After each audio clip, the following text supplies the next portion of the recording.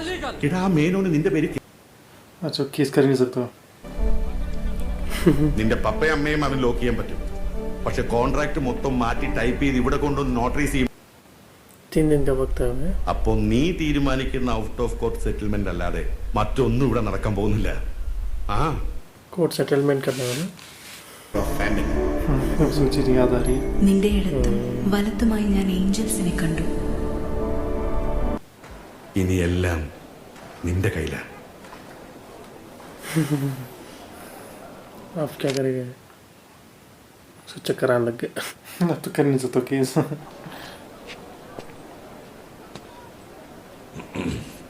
Contract ഒക്കെ നമുക്ക് വിടാം. कॉन्ट्रैक्ट हो जाए.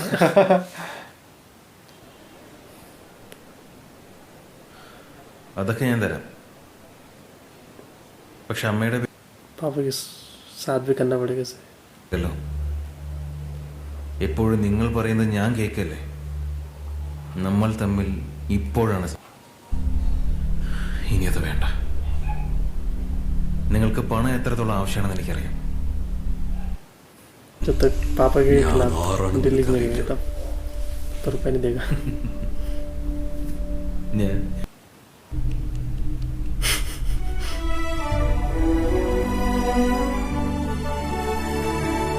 अब कुछ नहीं कर पा रहा हूँ मैं. इसकी माँ के खिलाफ था ना केस कर रहा. अब कंपनी तो इसकी माँ के नाम पे है नहीं, उसके पापा के नाम पे है. पापा के नाम तभी तो कह रहा हूँ कि इलीगल है. हाँ ऐसी यही वजह रही. हाँ तुम ऐसे कर सकते हो केस. नाम किसी और का है. अब वो उस चीज़ का फिर फायदा उठा रहा है ये. മിസ്റ്റർ ജേക്കബ് തന്ന गारंटी चेक दे दिया. ഫിലിപ്പങ്ങൾ अच्छा कुछ रुपए दे दिए इसने उसे.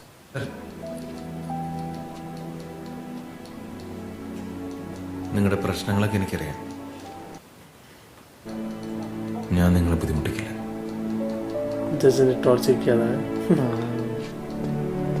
नई गाड़ी ले लो उन्होंने. अच्छा दोस्त के साथ है ना. हाँ दोस्त के साथ. ഞങ്ങൾ പോരാ. Okay okay.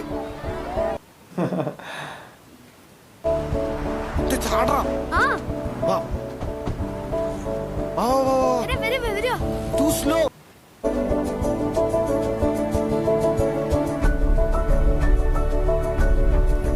सब ठीक हो गया. जिस तरह से उसने केस किया था ना इससे पापा पे, तो अब वो प्रॉब्लम नहीं है. अब बस इसे रुपए देने उसे बस वापस. पहले उसी टेंशन में था ना. പ്രിയപ്പെട്ട പപ്പ, वो उसकी माँ के खिलाफ भी केस करने वाला था. ബിസിനസ് നല്ല उस പുരോഗതി. वजह से ज़्यादा परेशान था ना. ടൂർസ് ആൻഡ് ട്രാവൽസ് ഞാൻ മുഴുവൻ अब मीडिया कंपनी भी शुरू करने की सोच रहा വിചാരിച്ച രീതിയിൽ മുന്നോട്ട് പോവുകയാണെങ്കിൽ 1 വർഷത്തിനുള്ളിൽ ബാക്കിയുള്ള കേസുകളും കടങ്ങളും തീർത്ത് പപ്പയ്ക്ക് തിരിച്ചെത്തും.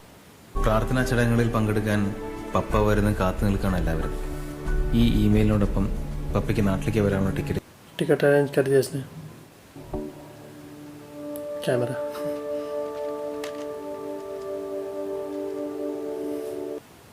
दुबई बुला रहा है. अच्छा इंडिया चले गए थे ना. इंडिया चला गया था ना. उसके बाद अच्छा कार वापस ले ली उसने, वही वाली. वापस ले ली. ഞാൻ ഇന്നലെ ഇതങ്ങ് തിരിച്ചു മേടിച്ചു. ഷോറൂമിൽ നിന്ന് ഇറക്കിക്കൊണ്ടുവന്ന് അങ്ങോട്ട് ഉണ്ണിയേട്ടാ, വെൽക്കം ബാക്ക് ടു ദുബായ്. अच्छा പിന്നെന്താടാ കേറ് വണ്ടിയില്. अच्छे पापा से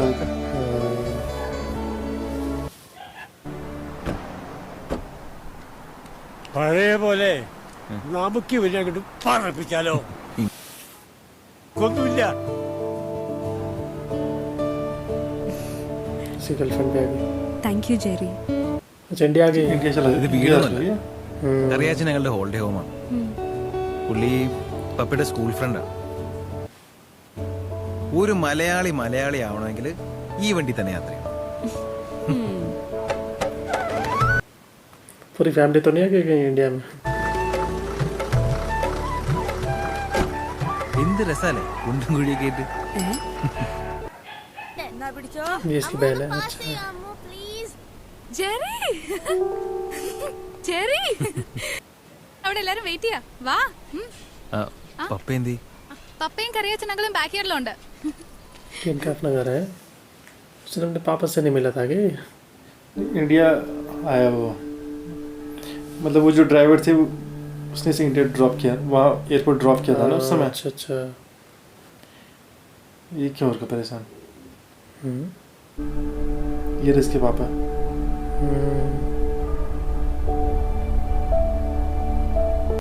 कैसे हो गए इसके पापा उस समय कितना बुरा वैसे रहता था वो एनर्जेटिक है और वैसे रहता था ना बिल्कुल खुश नहीं अच्छे से मेंटेन रहता उनका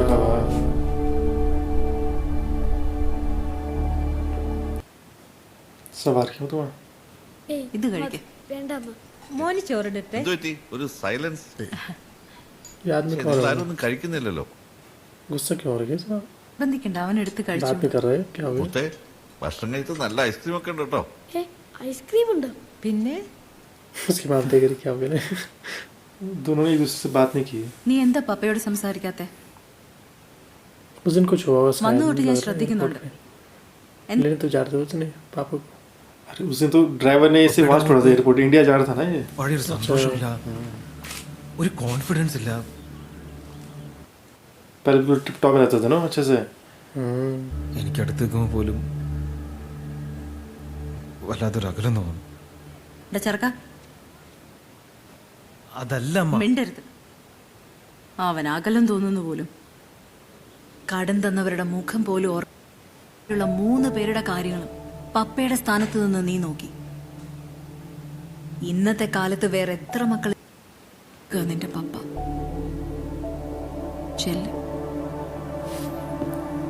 ചെല്ലടാ मुझे वैसे देखने की आदत थी अपने बापू है बात नहीं कर पा रहा ऐसे वो फिर उस बाबू उदास हो रही क्यों देखो जबकि सब कुछ ठीक हो चुका है नहीं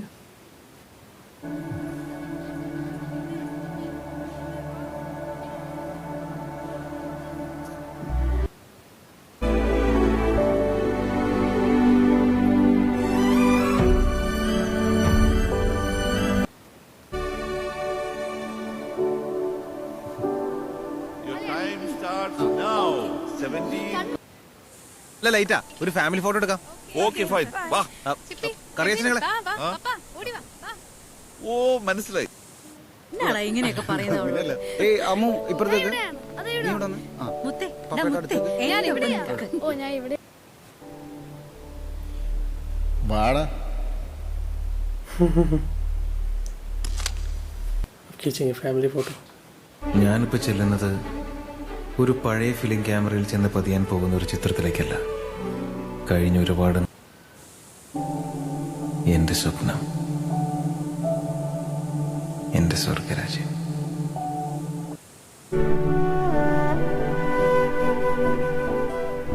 अब दिखा रहे हैं रियल पिक्चर यहाँ पर ये फिल्म खत्म होती है जयको विनते स्वर्गराज्यम अच्छी इंस्पायरेबल फिल्म थी ट्रू स्टोरी पर बेस्ड फिल्म थी और लास्ट में उन लोगों को दिखाया भी था जिन पे मूवी बनी हुई थी हाँ काफ़ी अच्छी फिल्म थी रियल लाइफ बेस्ड फिल्म थी तो इसलिए मतलब मज़ा आ रहा था फिल्म देखने में ना मतलब कुछ भी क्योंकि रियल लाइफ स्टोरी बेस्ड फिल्में होती है उनमें वही सब चीज़ें होती है जो मतलब रियल लाइफ में पॉसिबल होती है और जो सब मतलब हो सकता है वही सारी चीज़ें दिखती हैं हमें तो इसलिए फिर वो ज़्यादा मतलब इंस्पिरेशन देने वाली फिल्म होती है ना और मतलब जिस तरह से इस फैमिली की जो मतलब स्टोरी थी मतलब काफ़ी अच्छी थी और काफ़ी मतलब मोटिवेशनल थी ना जिस तरह से उन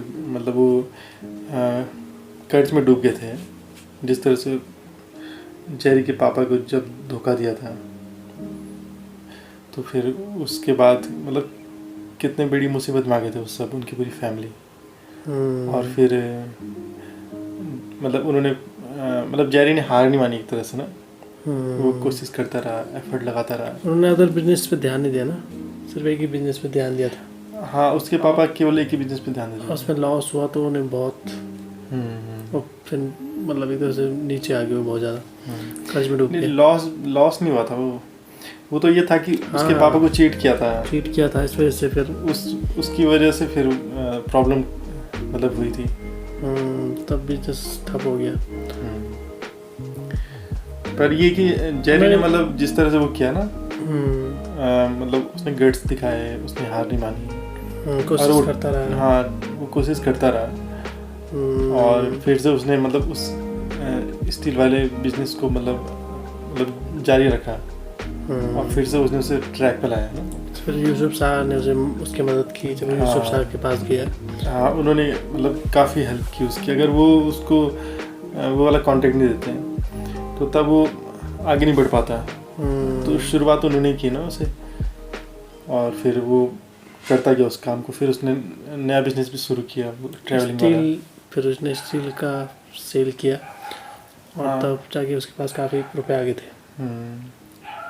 पहले भी वही तो करते थे वो।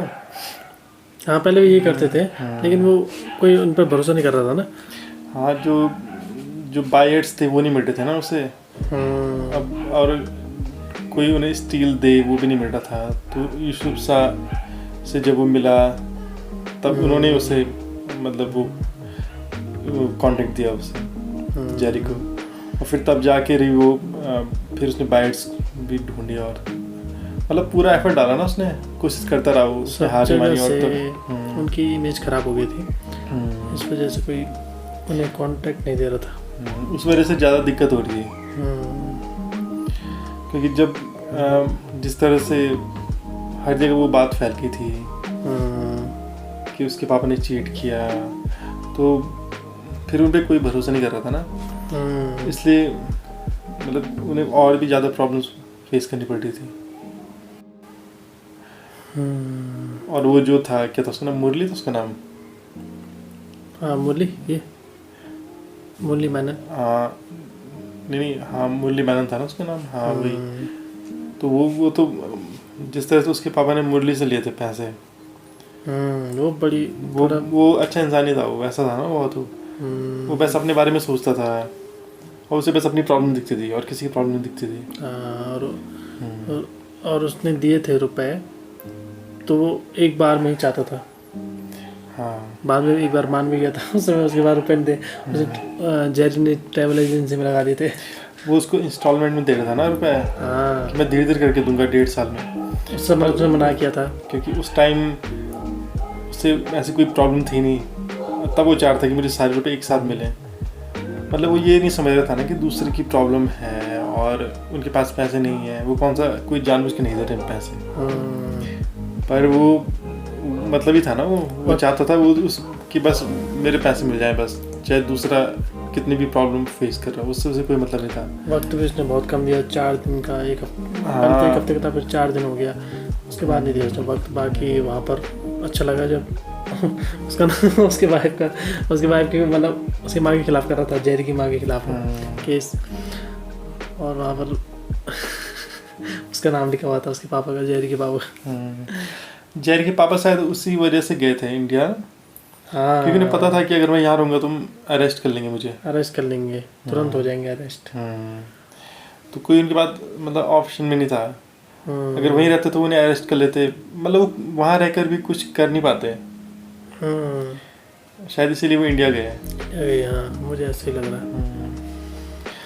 मतलब इसमें सबसे अच्छे से मतलब जिस तरह से उन पे मुसीबत आई, तो जेरी ने मतलब जिस तरह से उस चीज़ को संभाला ना, उस सिचुएशन को, और जिस तरह से उसने सारी चीज़ों को हैंडल किया, जिस तरह से उसने एफर्ट डाले और अपनी पूरी कोशिश की, मतलब कि फिर से अपनी लाइफ ट्रैक पे आ जाए और फिर से उसने सब कुछ ठीक किया।